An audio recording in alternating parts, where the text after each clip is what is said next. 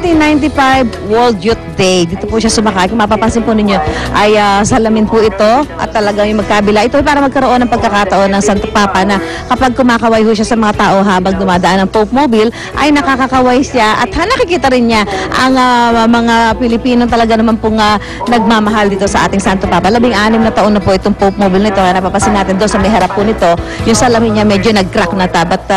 Pero ito po yung na-preserve pa rin at ito po para magkaroon pa rin tayo ng alaala sa 2 beses na pagbisita sa atin ng mahal na Santo Papa. Ngayon, syempre, habang nagbabalik tanaw ho tayo dito kay Pope John Paul II dahil nga sa darating na linggo ay ganap na siyang i-beatify, beatify na ho siya, magiging ganap na siyang blessed o banal. Alamin natin kung anong pakiramdam ng mga tao nagkaroon ng pagkakataon na makasalamuha siya, makita siya, yan, di ba? Si kabilang ho sa mga taong mapalad na nagkaroon ng pagkakataong makasalamuha ang mahal na Santo Papa ay si Father Jojo Simon, ang Chancellor ng Diocese of Cubao. Father, good morning po. Magandang umaga po, Welcome po sa Unang Hirit. Salamat po. So, noong 1995 ay nagkaroon kayo ng pagkakataon na makalapit, makita ninyo ang Santo Papa. Anong pakiramdam niyo? Opo, third year college po ako noon. No? And masaya talaga yung feeling.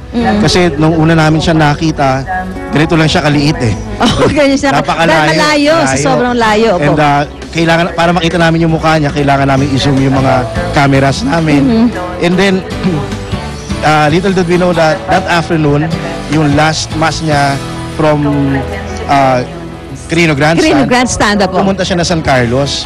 And we were fortunate na kami ay napunta sa hall kung saan daraan si John Paul. Dumaan si Pope sa harap niyo mismo.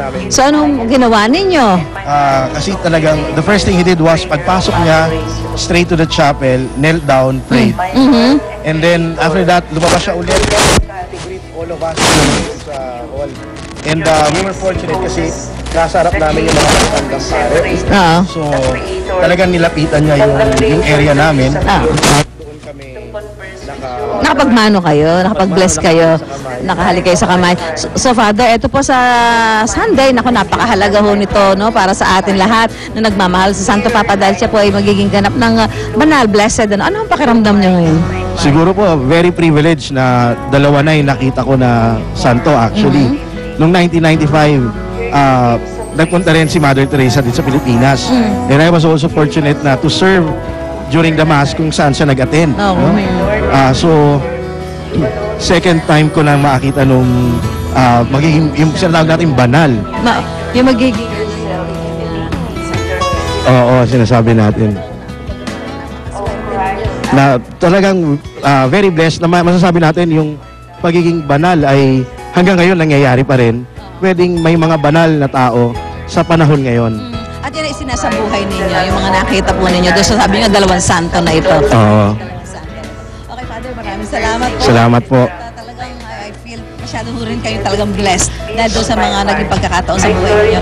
Mamaya sa pagbabalik namin, mapakita ho namin sa inyo ang ilang mga memorabilia nitong si Pope John Paul II na naging collection ho ng isa nating kababayang Pilipino. Ayan, nakita ho natin dito yung mga memorabilia niya. Meron ho yung mga rosary na ginamit ng ating Santo Papa, yung skull cup, yung mga tela, no, doon sa damit na isinuot ng Santo Papa. Lahat ng yan, mamaya ho ay papakita namin ano ho ba ang relevance nito sa buhay nitong collector nito, bakit ho na-preserve niya ito, at ano yung mga kwento sa likod nito kung bakit napapunta sa kanya ang mga bagay na ito na talaga naman hong napakalapit at ginamit ng ating mahal na Santo Papa. Lahat ng yan sa pagbalik po ng Unang Hirit.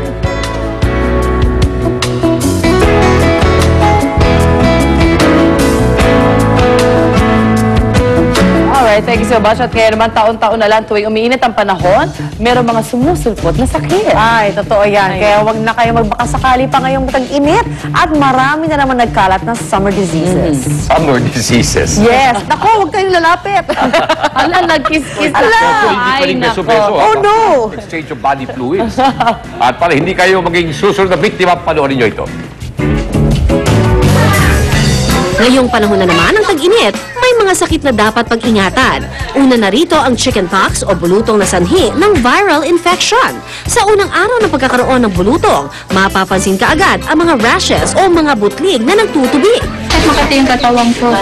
Tingnan mo nga, tinatingnan mo sabi ko, ako, may bulutong ka na yan. Makakaranas din ng panghihina ng katawan at lagnat sa loob ng ilang araw. Maililipat lamang ang virus sa pamamagitan ng droplet infection. Importante pa rin ang hygiene, no? Hindi totoo na hindi ka dapat maligo kapag meron kang mga chickenpox. Isa pa sa pinakakaraniwang sakit tuwing sasapit ang tag-init ay ang an-an. Ang an-an ay isang fungal infection na madalas nag-iiwan ng puti-puting marka sa balat.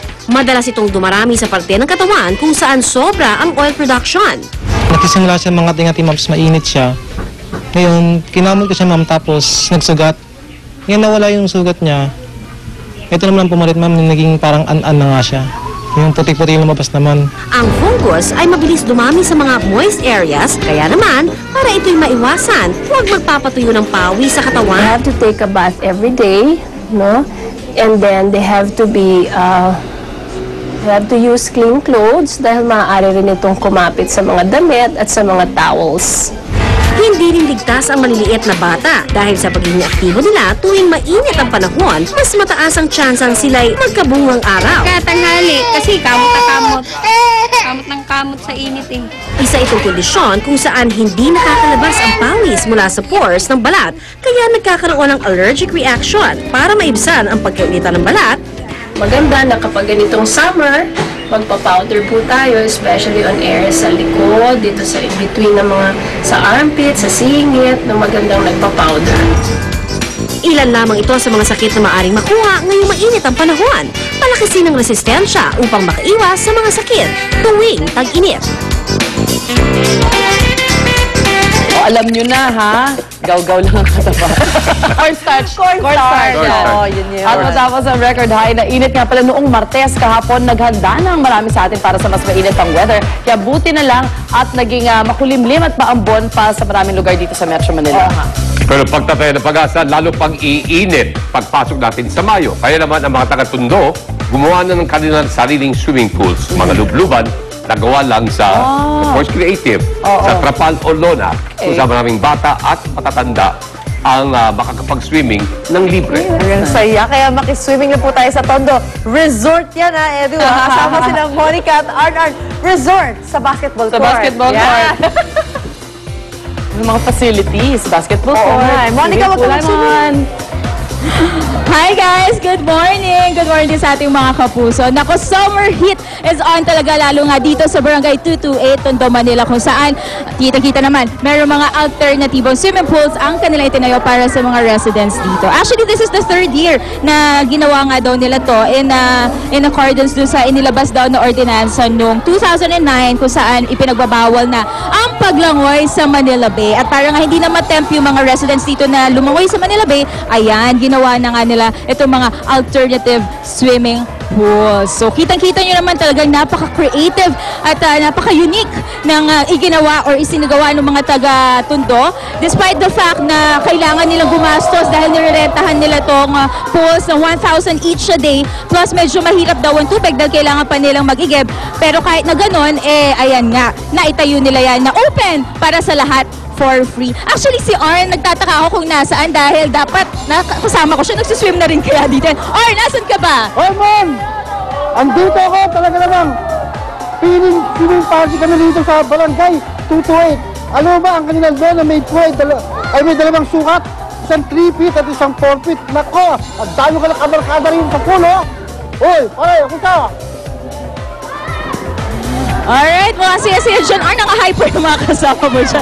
But anyway, Arn, bukod nga sa pagsasaya at pag-enjoy, kailangan din at importante din na maging safe tayo, lalo na kapag tayo ay lumalangoy sa mga public pools, katulad nga nitong nakikita natin. At para nga alamin kung ano mga health risks na kasama kapag tayo ay naglalangoy or nag-enjoy sa mga public pools tulad yan, kasama natin ngayon ang ating doctor na napakaganda, napaka-fresh, Dr. Gia Siza. Good morning po, Doc.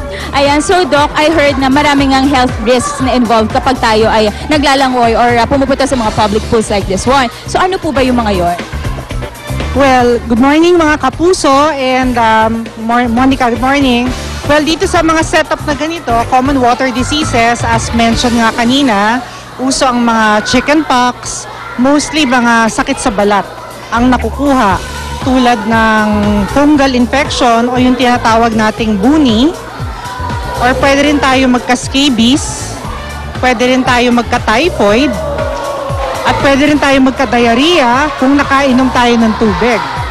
So marami pala talaga, Doc, no, na involved na mga health risks. But anyway, now that we know that, ano po yung dapat gawin para ma-avoid natin yung mga ganitong klase sakit?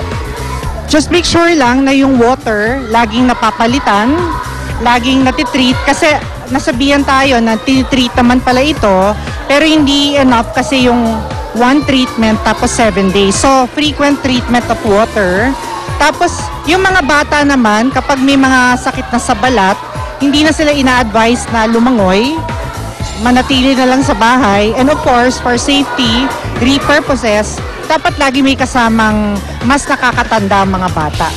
Okay. Sa mga gantong klase mga pusets, ito pong nandito sa ating kaliwa, no, Doc. Ano po yung ideal na age na pwede lang maglangoy? Sabi niya, pwedeng malunod or something. What do you think po? Well, ideally, mga 4 years old, 5 years old up, no? Pero syempre, hindi natin maiiwasan na mainit, lalo yung mga 2. Basta ang importante dito, laging may kasamang nakakatanda na, of course, marunong lumangoy at laging nakatutok. Kasi kanina, mga kapuso, para may na-notice kasi kami kanina,